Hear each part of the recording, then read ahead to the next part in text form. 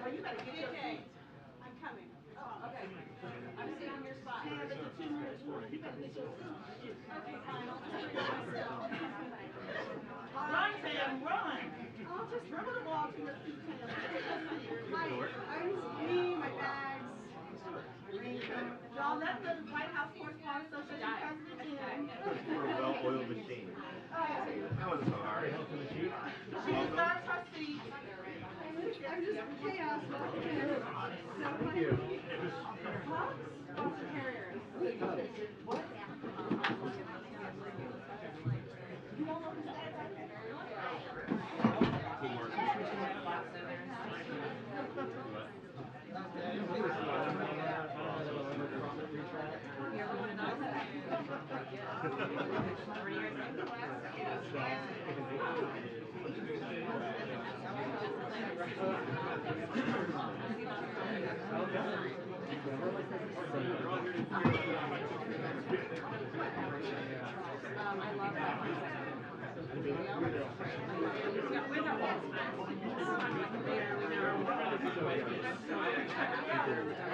Really care about these documents.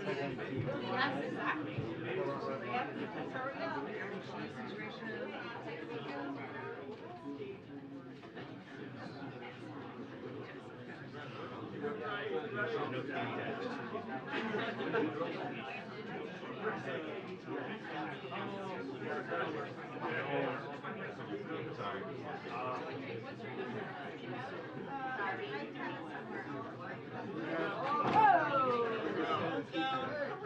Wow. Such a quiet day, nothing going on here. Come on, guys. Stand. Please, right here. Yeah, please flank me. I love it. Good afternoon, everybody. Come on, there's a lot of people here. Good afternoon, everybody. Okay, so as you can all see, we have a couple of special guests here today in the briefing room. I am proud, so proud to welcome to the podium Coach Steve Kerr. Hello. Head coach of the Golden State Warriors and 9-time NBA champion as both a coach and a player, and Steph Curry, 4-time NBA champion and 2-time NBA Most Valuable Player. Coach Kerr and Steph will say a few words about their visit to D.C. today and an issue that's close to their hearts. And so I'm going to let them take over. But, you know, I almost went pro. But, you know, being 5'2", 5'3", didn't make it happen. But there's this great video of me and Sue Bird, an amazing icon in the WNBA. You should check that out. But anyway, I'm going to let you guys take over. Yeah, thank you. Thank you so much for having us today. On behalf of the Warriors, I want to thank President Biden and Vice President Harris for the invitation to come to the White House today to celebrate our championship from a year ago. It's a great reminder of how lucky we are to be Americans, to live in a country where we can chase our dreams and enjoy the fruits of our labor and the celebration of all those around us. And to come here today with members of the organization to celebrate is really something special. It was also very fulfilling for me just a little while ago to take part in a roundtable on gun violence and gun safety with some senior White House staffers, along with Clay Thompson and Moses Moody.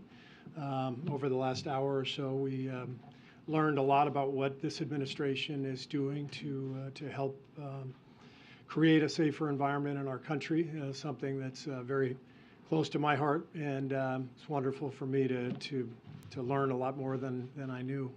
So coming in today is it's a great day on many fronts. So thanks for the invitation, and I'm going to turn it over to Mr. Curry. Thanks, Coach. Echo what he said. I want to thank President Biden, Vice President Harris for the invitation to come here. It's something that we don't ever take for granted. 7 years ago, I believe, we were here last celebrating our first championship, and now back to celebrate our fourth. So to have this opportunity to reflect on the accomplishment last year, to bring everybody together to celebrate that, to also acknowledge the place sports has and bringing people together from all walks of life, all backgrounds, to provide inspiration, hope, love, togetherness, and that's what our journey was last year. So to have another opportunity to celebrate that means a lot, and a great opportunity for us from the basketball community to thank President Biden and his staff for all their hard work and diligence on getting Brittany Griner home. Was a big part of our basketball family, and it means a lot to know that she's here and home safe with her family, and all the work that went on behind the scenes to make that a reality. So I just want to say thank you there, and very excited to be here and celebrate the day, celebrate with our families, and appreciate the invitation. This is truly, truly special, so thank you to everybody. Thank you, guys. Appreciate Thank it. you so much. Thank you, guys. Thank you. Thanks. Thank you so much. No questions, Karine? It's up to them. No, as you can imagine, they have a tight schedule. I think they're on their way to meet with the president right now, and then, as you know, some of you will get to see the two of them and the rest of the team at the event that we're having for the Warriors in about an hour, or less than an hour. Okay, folks, thank you so much for joining us today, and it was great to hear from two people who have really been passionate voices on the issue that you heard them talk about, which was gun violence prevention. And we really, really are thankful to them for using their platform, their very, very big platform, to talk about an issue that is truly, as you all know and report, that is destroying many families across the country, many communities, and as you know, that the president has worked and been a leader on for many decades. And the bipartisan gun prevention bill that was signed this summer just showed the president's commitment to this issue, and as you all know, it continues. It doesn't stop with that legislation. On Friday, it was reported that Republicans have so-called plan to prioritize payments if Congress fails to address the debt ceiling. So I want to be very, very clear here, as I have been, as the president has been. This is not a plan. It is a recipe for economic catastrophe. As President Biden has made clear, Congress must deal with the debt limit and must do so without conditions. But congressional Republicans are threatening to hold the nation's full faith and credit, a mandate of the Constitution, hostage to their demands to cut Social Security, to cut Medicare, and to cut Medicaid. Brinksmanship that threatens the global economy. Their latest idea is that rather than paying its bills, the United States should make payment to wealthy bondholders, including foreign investors, and stop payments for border security, food safety, nursing homes, school lunches, the FAA, drug enforcement, and other programs Americans rely on every single day. This so-called prioritization scheme makes Republicans' priorities pretty clear, crystal clear, if I may add. They want to put wealthy bondholders over ordinary Americans who want safe food, safe skies, safe communities, and secure borders. And it does nothing, absolutely nothing to change the fact that failing to deal with the debt limit would cause economic catastrophe. Bipartisan former Treasury secretaries and independent experts have called out how dangerous failing to raise the debt ceiling would be. And for example, I'll give you a couple. The Chamber of Commerce said it would have catastrophic economic consequences, end quote. In 2011, then Treasury Secretary Tim Geithner called it unworkable and also harmful. And a former economist to Republican Senators Rob Portman, Marco Rubio, and Mitt Romney called it really bad idea and, I quote, disaster. This is just another attempt by congressional Republicans to force unpopular cuts on programs critical to seniors, the middle class, and working families. Congress needs to act and do so swiftly. There is no excuse for political brinksmanship when American jobs and economic safety is on the line here. I also wanted to highlight that this morning the White House released the first ever national strategy to advance equity, justice, and opportunity for Asian Americans, Native Hawaiian, and Pacific Islander communities. The strategy details much needed investment from 32 federal agencies, including improved data, language access, and combating anti-Asian hate. This unprecedented plan builds on the administration's broader equity agenda and President Biden's historic executive order to establish and reinvigorate the White House initiative on AA and NHPIs. And we're proud that the Biden-Harris administration reflects the rich diversity of America, including the first Asian American vice president. 14% of our appointees and nominees identify as AA and NHPI, double the share of the population. You can read the full strategy and more about the initiative on the whitehouse.gov. And finally, this morning, as some of you have already either covered or wrote about, Census Bureau released data that showed that President Biden's first 2 years in office have been the 2 greatest years for new small business applications on record, with 10.5 million total new business created, with unemployment at a record low, and the 2 strongest years of job creation in our history. There are reasons for economic optimism all over the country. Today's new data is the latest confirmation that President Biden's economic plan is indeed working and is building our economy from the bottom up and the middle out. Zeke, you want to take it? Thanks, Karine. Just 2 questions for you. I think to start off with, over the weekend, the British government confirmed it was sending tanks to Ukraine for the first time. Will the U.S. follow suit and meet Ukraine's request there? And then separately, Prime Minister Rutte had in the meeting in the Oval Office a few minutes ago, very end, he alluded to potentially joining the U.S. and Germany and sending a Patriot missile system to Ukraine. Can you confirm that that was the announcement that's coming out of the meeting? We haven't gotten a readout yet. Okay, so we're going to have a readout very, very shortly. So once we have that, I will share that with all. We will share, the team will share that with all of you. As far as Patriot missiles, I can say they discussed that, the war in Ukraine and the importance of all the ongoing security assistance, but I would refer to Dutch for any specifics about their own plans as it relates to that specifically. As it relates to the conversation on, I'm sorry, I forgot the first question. The British moving on that over the weekend. So, look, we are always very, very careful on what our, we don't like to tell our allies what they should or should not do. But as you know, we have been partners with them when it comes to Ukraine, partners with our allies, and partners with them on how we are continuing to provide assistance to Ukraine in this aggressive war that we have seen, this brutal war that we continue to see by Russia. But certainly that is not something that we will direct. We will continue to focus. We have been the country that has provided the most assistance, as you all know, when it comes to security assistance, when it comes to humanitarian aid, and we are in constant conversations with Ukraine on what their needs are, and so we're going to continue to do that alongside our partners and also our allies. This is now an area where the UK is going to be ahead of the US sending Western tanks to Ukraine. They're going ahead with sending more than a dozen of them in the coming weeks and months. The White House still hasn't approved that. So is that in the offing now for the U.S. to sort of leapfrog ahead back into the lead in providing assistance for Ukraine?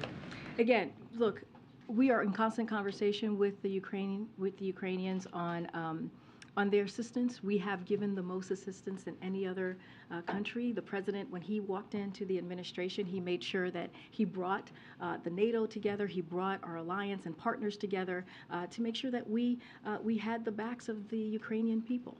And so that is something that we're going to continue to do.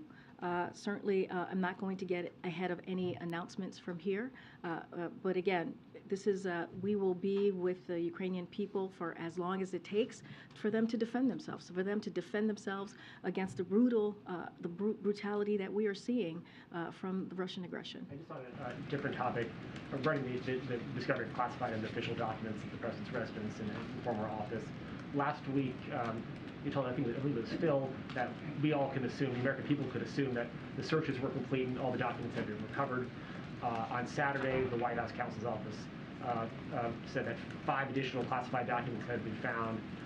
Is it safe to assume now that all the documents have been recovered, all the official records, all the classified documents are back in the custody of the National Archives, or are more searches underway to find out if there's anything else there?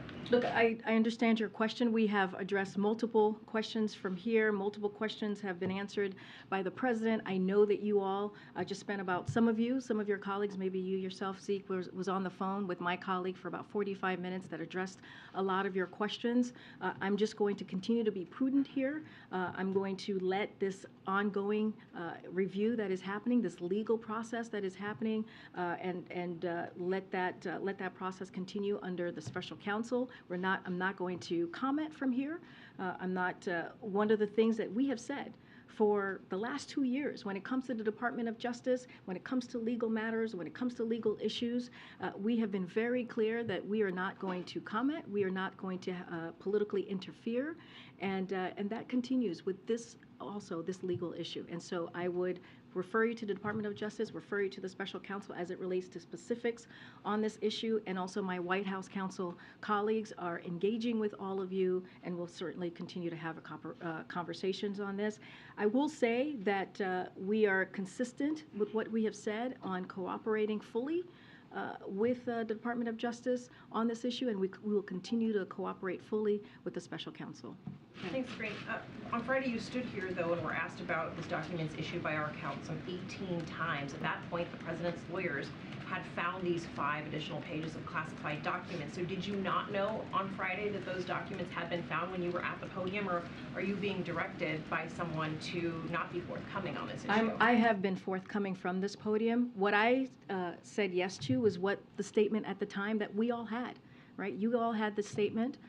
And I was repeating what the council was sharing at that time. Right, we had that statement, so we knew what was in it. But you also knew. Did you not know that? I'm telling you, I just answered the question. I just said that I was repeating what the information that we had at that time, right? That you all had. I was confirming from what the special counsel had provided to all of you, and that we knew as well from here. So just to be very, very clear.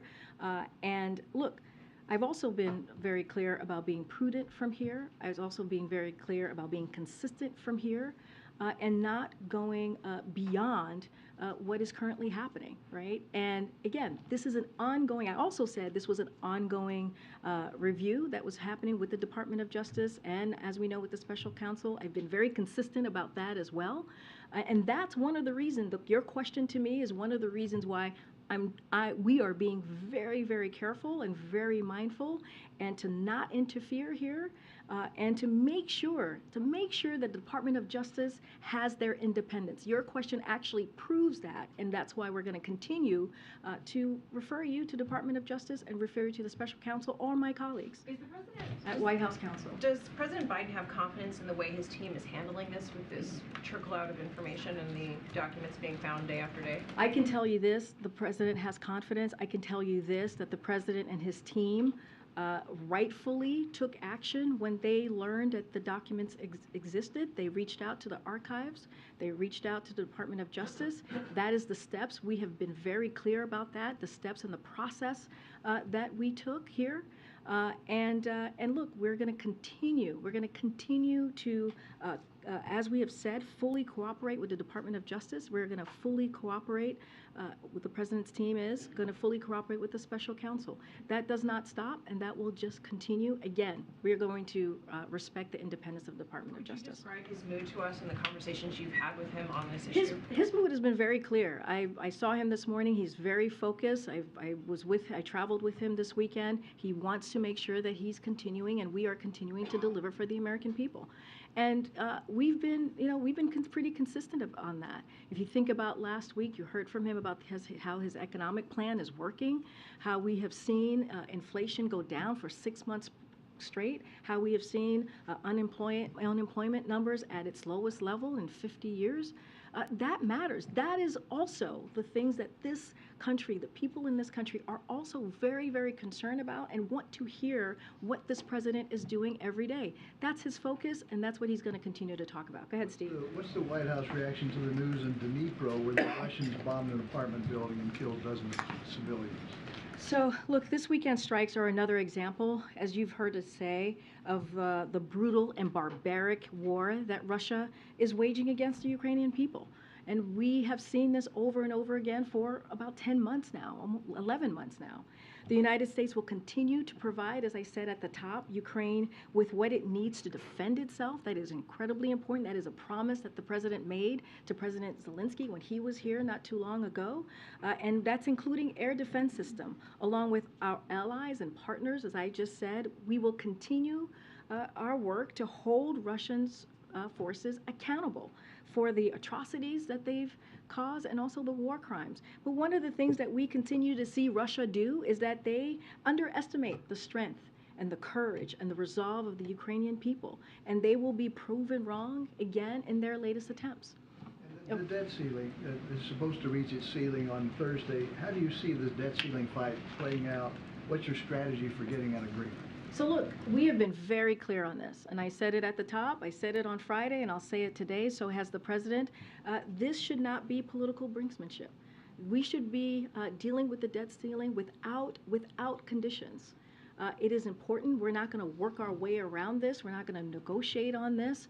This is the basic duties of Congress, is to deal with this issue. And let's not forget, in the last administration, they, meaning Democrats and Republicans, were able to deal with the debt limit 3 times.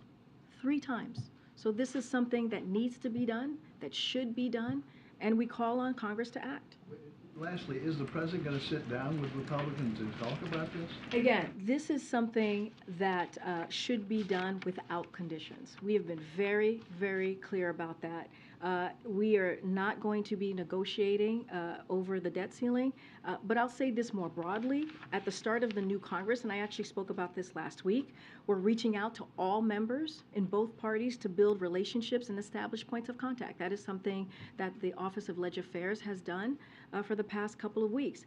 But, you know, this has been done, when you talk about the debt ceiling, it has been done in a bipartisan way, and there should be bipartisan cooperation to address this. It should not be a political football. This should not be a political football, and we should do it without conditions. Go ahead, Phil, and I'll come to the back.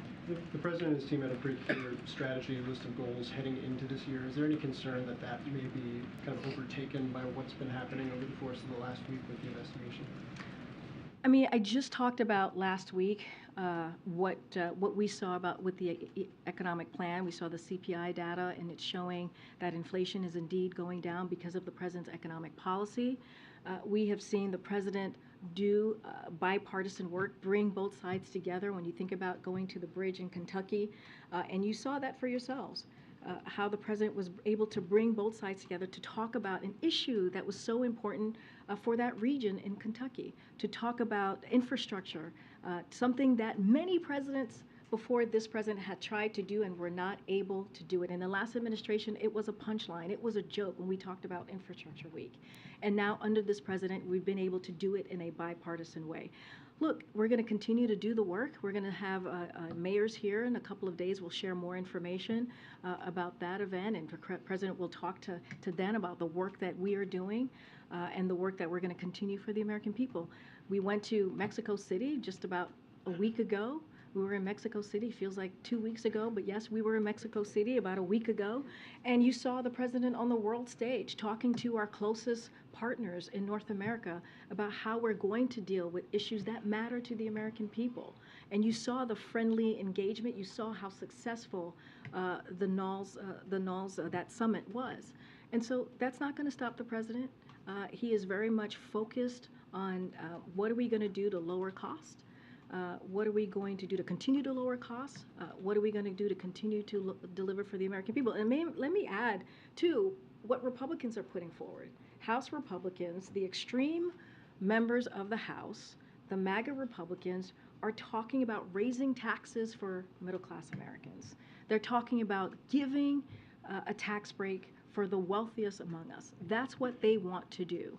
They're talking about attacking women's rights to choose. That's what they want to put forward. And the president is going to speak against that as well and try to make sure that we deliver for the American people. We can do both. Should we assume the president weighed in on the issue a couple of times last week, but given the limitations, given what you've talked about from the podium, that we shouldn't expect the president to give his thoughts or opinions on the ongoing investigation? It is, and you just said, it's an ongoing matter, right? This is an ongoing legal process that's happening currently, and we are going to continue what we've been doing for the last 2 years, which is when it comes to the Department of Justice, when it comes to legal issues, we will not comment. We are going to be prudent from here. We are not going to politically interfere, because one of the things that the president was very clear during the campaign and has been for the last 2 years is that we want to give back the independence that the Department of Justice has. Go ahead, Peter, and then I'll come to that. Just to follow up, if I can, very quickly on this. The White House says Republicans are faking outrage on this issue. Why shouldn't Americans be outraged about classified documents being found in a garage? Look, and I think I've been very clear about this. We have answered questions on this at this podium. You've heard, as Phil was saying, twice from the president talk about this. He said that he didn't know, right? He said that he was surprised, and he said that he takes classified information and documents very, very seriously. We heard directly from the president on this issue. Now, anything else, anything beyond that, we're just not going to talk about. There's an investigation going on. There's a legal process here, as we've been very, very clear about. I will let the White House counsel talk about any specific details about that, but we're going to be prudent here and make sure that we are not interfering in this process. I guess that's why I'm asking, though, because you've said that you don't want to interfere here and be prudent about the process, but the White House did post a statement saying that Republicans are faking outrage. So to that point, why shouldn't Americans be upset about documents found in a garage? That's for the American people to decide, right? That is for you all, or I'm sure going to talk to many folks out there and have this conversation. But what we do know, right, what we do know from polling that we have seen over and over again, from your coverage, from what we hear, what the president goes out and talks to the American people, they also care about the economy. Right? They also care about what is the president doing to lower costs, which is why he took historic action in making sure that gas prices went down at the gas pump. And we saw that happen by more than $1.70. And that's the work that the president's going to focus on. You think about the Inflation Reduction Act. That's going to lower prescription drug costs, lower medical costs, right? When you think about that, lower energy costs. So that's going to be our focus here. We know that's what the American people truly care about as well, and it is very important for them that we do that work. I'm going to try and go to the back. Go ahead. Yes, Thank you, Karine. Just back on the tanks. It seems that everybody's talking about tanks the last few days. In Europe, there's been a bunch of countries saying they don't want to give tanks, or people should give tanks, and then the Germans are being, on the fence about it. Everyone's talking about it. Nothing's actually happening, apart from the Brits, who of course are not part of the European Union. The president's positioned himself as the leader of this whole alliance, pretty much, right? Is this a moment when he feels maybe he should step in as the leader and either, cajole, or you probably wouldn't want to use that word, but talk to the Germans, or go with the U.S. tanks, the Abrams? Is something going to happen in shortly? Because this feels like a bit of a boiling point. So a couple of things here, and the president's view hasn't changed, and I kind of said it when I was answering Zeke's question, which is he believes that it's up to each country to make their own sovereign decisions here on what types of security assistance and what kinds of equipment they're able to provide Ukraine as Ukraine defends itself against Russia's brutal aggression. For instance, we welcome Germany's recent announcement that they will send infantry fighting vehicles and Patriot missiles battery system to Ukraine. We also support the decision by the UK, as I was asked over the weekend, to send Challenger tanks to Ukraine. We welcome that. We have seen incredible solidarity by nations around the world to support Ukraine. And also, I know that Secretary Austin is hosting another meeting of the Ukraine Contact Group, which is happening just this Friday, this week. And we look forward to further discussions on how this broad coalition of allies and partners can continue to support Ukraine as Russia continues this brutal war and barbaric war against the Ukrainian people. But again, as I said at the top, You know, it's up to each country to make their own decisions on this. No Abrams. Look, again, when it comes to these types of security assistance decision, it is up to each country to make that decision, and we leave it to them. Very quick one on documents, if you don't mind. Given these documents have shown up in very personal spaces, we all know that the president loves his Delaware home. It's an extremely personal space for him. Is he physically joining in the search for these things, rummaging around, these boxes in the garage and wherever else? I mean, literally. Are you listening to the question that you're asking me? Serious, Look, it's a serious I matter. mean, where are these documents? It's a serious okay, matter. Is look, he taking look. part in searching for his own documents? Look, I'm going to be very consistent here. I am going to be very clear here, as I have been for the past couple of days, almost a week now, dealing with this. We are going to, any specific questions that you have about this issue, I would refer you to my colleagues at the White House counsel's office who spent almost an hour taking these questions from all of you, many of your colleagues. I'm going to let you ask that question to the White House counsel's office. And anything else specific to this, I refer you to Department of Justice. I refer you to special counsel. Again. Thanks, Karine. On Monday, in regards to police shootings, the president said, I think I did the only thing I can do. Is it the opinion of the White House that there will be no more progress on the issue of police reform going forward, that there's just nothing more to do? Look, the president has been very clear in asking Congress to take action. He has taken executive action. I'm sure you've covered a lot of the actions that he's taken in the past 2 years, and he believes it's now in the hands of Congress to take action, and it is important to do just that. And I will leave it there. One more. Stephen Curry up on a first-name basis now, apparently. I know, buddies. You guys are, but they don't even let me call them Stephen Curry. He mentioned the freeing of Brittany Griner, but does the White House have any comment on the detention of Siamak Namazi, who's in Iran and on hunger strike, and sent a letter to the president? So we received the letter, and our thoughts are with Namazi and his family. We remain committed to securing his freedom, and the U.S. government is continuing to work to bring him home, along with U.S. citizens who are wrongfully detained in Iran, including Imad Shagri and Morad Tabaz. Iran's use of wrongful detention as political leverage is outrageous. The U.S. Will always stand for our citizens overseas. We've been very clear about that and committed, and you've seen the president take action, and you've heard the president say that directly. One of our highest priorities is bringing all of our wrongfully detained citizens home safely as soon as possible and resolving the cases of missing and abducted U.S. citizens. So this will continue to be a priority for the American people, for the president. Does the White House have any reaction to the arrest in New Mexico of a former Republican candidate for the state house there who was allegedly organizing men to shoot at the homes of 4 Democratic elected officials? Don't have a comment on that at this time. I've heard the stories. I just need to check with the team to get the full rundown, but I don't have a comment at this time on that. Okay, Thanks, Karine. I want to follow up on Cecilia's question, and sorry if I missed it, but on Friday, did you or did you not know about the additional 5 pages? I literally just answered that question.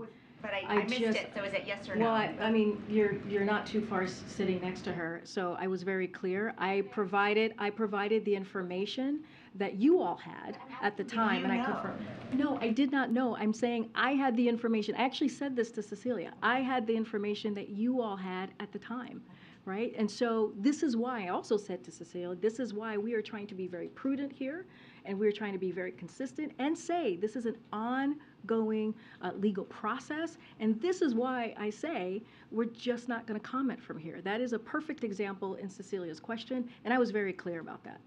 When did you learn about the documents found at the Penn Center in November and in Wilmington in December? When your team was doing a story on it. Because I was also asked a similar question about if our team has been engaged on this, and I've been very clear. This is something that the White House counsel is handling. This is something that is being handled by the president's lawyers and been very clear. This is why we are being prudent here. This is why we're being consistent with what we have done the last 2 years when it comes to DOJ, Department of Justice investigation. We are just not going to interfere. Well, on that note, you've repeatedly emphasized the need, just as you did today, for independence, for integrity of the Department of Justice investigation. One reason why you continue to point us to the DOJ. So I wonder why then did the White House counsel go to Wilmington to facilitate the handing over of documents to the DOJ? That is How a- is that separate? That How is- is that separating the White House from the DOJ? And Weijia, I appreciate the questions. I know there's going to continue to be dozens more questions probably today, and I will say, reach out to the White House counsel's office. That's one of the reasons my colleague was on the phone with many of you taking questions today, and I'm just going to leave it there. That is something for them to answer. Okay, but it's related to something that you keep telling us, which is how much it is important to this White House to separate the White House from the DOJ's investigation. But the White House counsel was the one to go and facilitate the documents, to look for the documents. Again, they have been working very closely with the Department of Justice. I would refer you to them. If you want to know specifically about their actions, specifically about what they're doing, I would point you to the White House counsel's office. Look, guys, you guys can ask me this 100 times, 200 times if you wish. I'm going to keep saying the same thing. I hear your question. It's been asked, it's been answered, it's been noted, and we're just going to try to move on here, and we're going to move on. We're going to move on. We're going to move on. False information. We're going to move One on. more, because Ian did have that call today, and he said that the White House would, quote, fully cooperate with the investigation.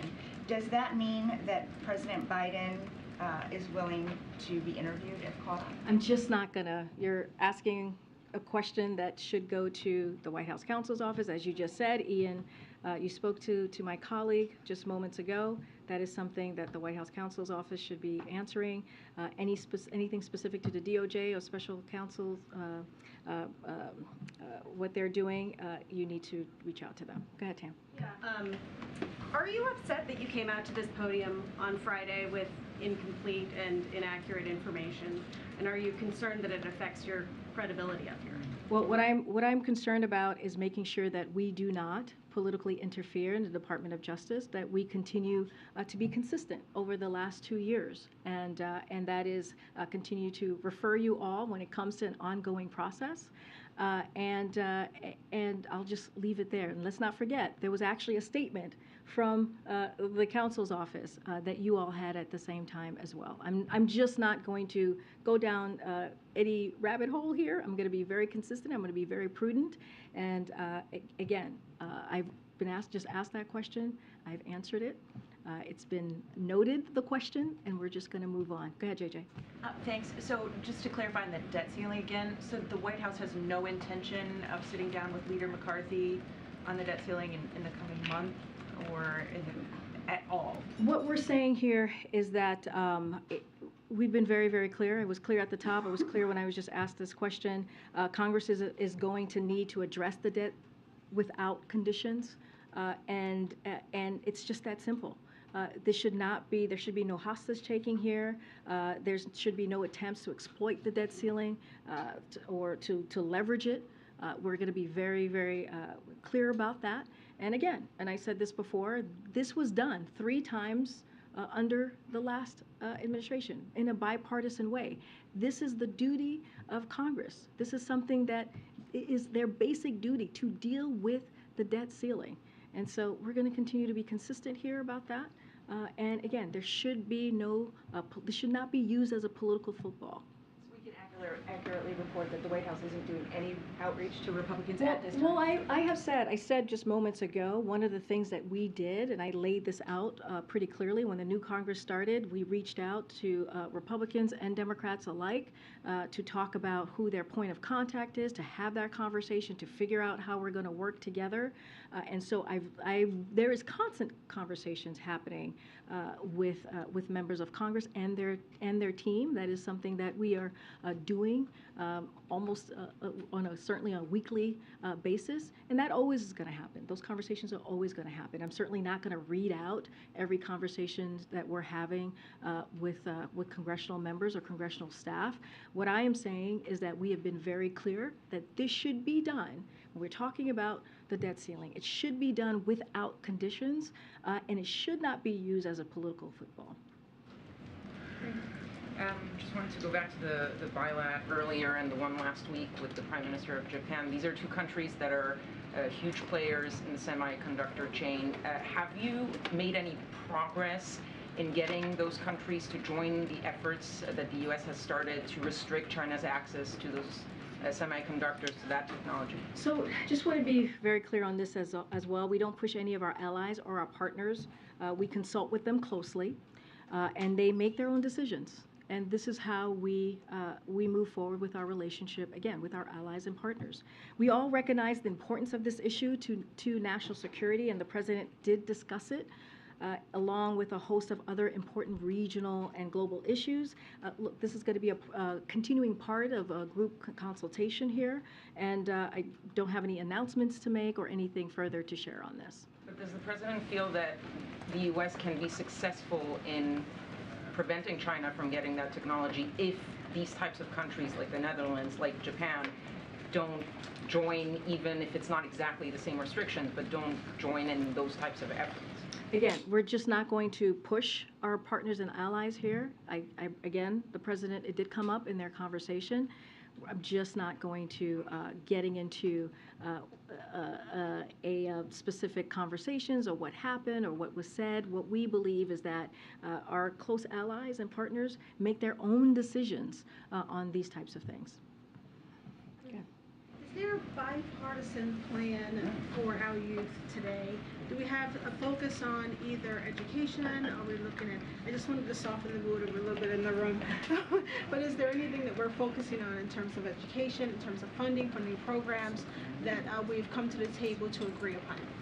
Well, thank you for your question. Look, the Department of Education, which is leading on that, on education and what we're doing to deliver for young people, certainly is a priority for this President and for the Department of Education. Don't have any specific programs or new programs to announce from here, but that is, making sure that young people have what they need to have a good, strong education, of course, is a priority for this President. Let's not forget, the First Lady is an educator herself, and she talks about that and has done the work as well as First Lady on the things that this administration is doing to move that ball forward. Don't have anything specific to share, but clearly it's a priority for us and our young people across our millions and millions of young people across the country to make sure that they have just and fair opportunities and that they should have. Go ahead. I'll come to you later. Yeah, thanks, Karine. So I want to ask you about trade. We're days away now from the President being 2 years in office, and there have been no completed trade deals. Why not? So a couple of things here. So when the President was running, he made clear that we will invest in American workers and communities before pursuing new trade deals, and this is exactly what we've been doing. You've seen it for yourselves. You've heard the investments that have been made, especially as you think about manufacturing coming back to the U.S., and that is exactly what we're going to continue to do. So you've seen our economic agenda spur historic recovery and a manufacturing boom at home. More than 750,000 manufacturing jobs were created right here under this President. At the same time, we're working. Most of the jobs added Well, back.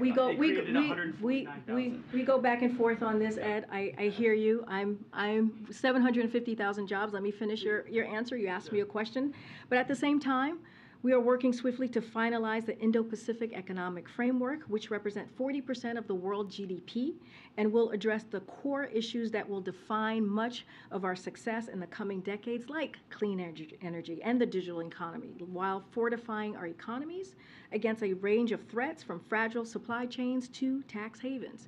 We are committed in every region of the world to strengthen trade and investment in a manner that promotes good paying American jobs and also high standards and supply chain resiliency. And that has been the president's priority. At every step of the way, we will work with Congress to negotiate and develop trade policies that advance the interest of all Americans, support U.S. innovation and workers, and enhance our competitiveness. And that has been the president's priority. That is what he talked about during the campaign, and that's what he's been doing and delivering on for the past 2 years. Go around. Go ahead, April. Karine, 2 questions. You just, from the podium, in an answer to one of the reporters, you said something about you don't want to politically interfere when it comes to this investigation on the documents. I asked you when we first heard about the documents, there is a political component and a legal component. But can you expound upon what you don't want to interfere on politically? Because many pundits, many lawyers, many politicians are saying that this is also an issue that could prohibit a lot of work in this 118th Congress, a lot of work for the American people in this moment. Could you expound on what you were talking about? Well, look, I'm not going to get into politics from here, and I've been very clear about that. I've answered that question multiple times already. What I can say is that the president's going to stay laser focused on delivering for the American people. And that's going to continue to be the work that he sees at hand. When it comes to the economy, when it comes to the bipartisan infrastructure legislation, when it comes to implementing the Inflation Reduction Act, which we announced a couple of items last week on how important it's going to be for Medicare to negotiate. That is something that is going to be critical for the American families, for American people across the country, being able to negotiate the price of drugs and cap it at $2,000 a year. That's going to make a difference in people's lives, right? Continuing to do the work that he has been doing to lower costs. And we've seen that. We've seen that the president's economic plan is indeed working. And so, look, that is not going to stop us. That is something we're going to continue to talk about. And you're seeing how the work that he's put in the last 2 years, his administration, the work that he's done with Congress in a bipartisan way in historic fashions is actually working. And so that's going to be our focus. And last question. In this moment, there are Democrats who are saying they're looking to tomorrow. It's a bright spot for Democrats with the inauguration of Wes Moore as Maryland's first black governor, as the 3rd black elected governor in the nation. What does the president say, and what does this White House say about his elevation as a citizen who rose to the highest heights in the state of Maryland, especially as he campaigned for him? Well, the president is very much looking forward to working with Governor Wes Moore. And, you saw the governor, I don't even know, is he a governor-elect yet, or has been a governor-elect? So I want to give him the right title here. And you saw Wes Moore, Governor-elect Wes Moore, and the president many times over the last several months. They developed a friendship. The president's very much looking forward to working with him. And we think it's important. It's important to have that representation. It's important to have someone as, someone who is qualified and passionate about the work as Wes Moore, be in a position where he can make a change and make a difference for Marylanders. And so that is critically important. Look, there is bright spots. There are, just if you look across the country, what we saw in state elections and what we saw with governorships, what we saw in other really key important states, state offices, it was a bright spot. And let's not forget, one of the reasons that we saw that is because of the president's plan, the president's agenda, and what he was able to set forth for the midterms. Remember, everyone was talking about the red wave, and that didn't happen. And that didn't happen because of the president's leadership. Karine. Thank you, Karine. Just want to ask you about something you said last week. Last week you were pretty insistent that you believed that the president's attorneys did the right thing. Do you still believe that? Yes, they did the right thing when it comes to making sure that when the documents were found, they handed it over to the archivist, and it was handed over to Department of Justice. But again, Steve, I'm going to be very prudent here. I am going to be very consistent. It is an ongoing legal process. I'm not going to say more. The reason I ask is that what we now know, the President's counsel statement, the President's personal lawyer statement, shed a bit more light on this, but they raise more questions. Namely, the first call that the President's personal attorneys made on November 2nd was not to the FBI, that they had found what we now know were top secret documents out in the open. The first call was to officials here at this White House in the West Wing. How is that the right thing? Isn't that the right thing when you see if you're a lawyer and you don't have a security clearance and you see a classified document, shouldn't you call the Justice Department's National Security Office right away? Again, I'm going to refer you to the White House counsel's office. That is something for them to answer. That is a very specific question that they should answer, that they will engage on you on this, just like my colleague did for almost an hour and had this conversation with all of you. It was about a half hour, but let me widen now. Why is it the matter of this White House counsel to deal with documents from 2 administrations ago? We're not talking about presidential records from this White House. Why is this White House counsel involved in this matter at all? Again, this is something for the White House counsel to address. I am not going to address that from here. I will refer you to them, and I will refer you to the special counsel and anything that is specific to this particular issue. We're being pulled. Folks have together. Okay, folks have together. I'll see you guys tomorrow. You told me 6 times that turned out to be false. Are you sorry about that? I'll see you tomorrow. Come talk to me. I'll see you tomorrow.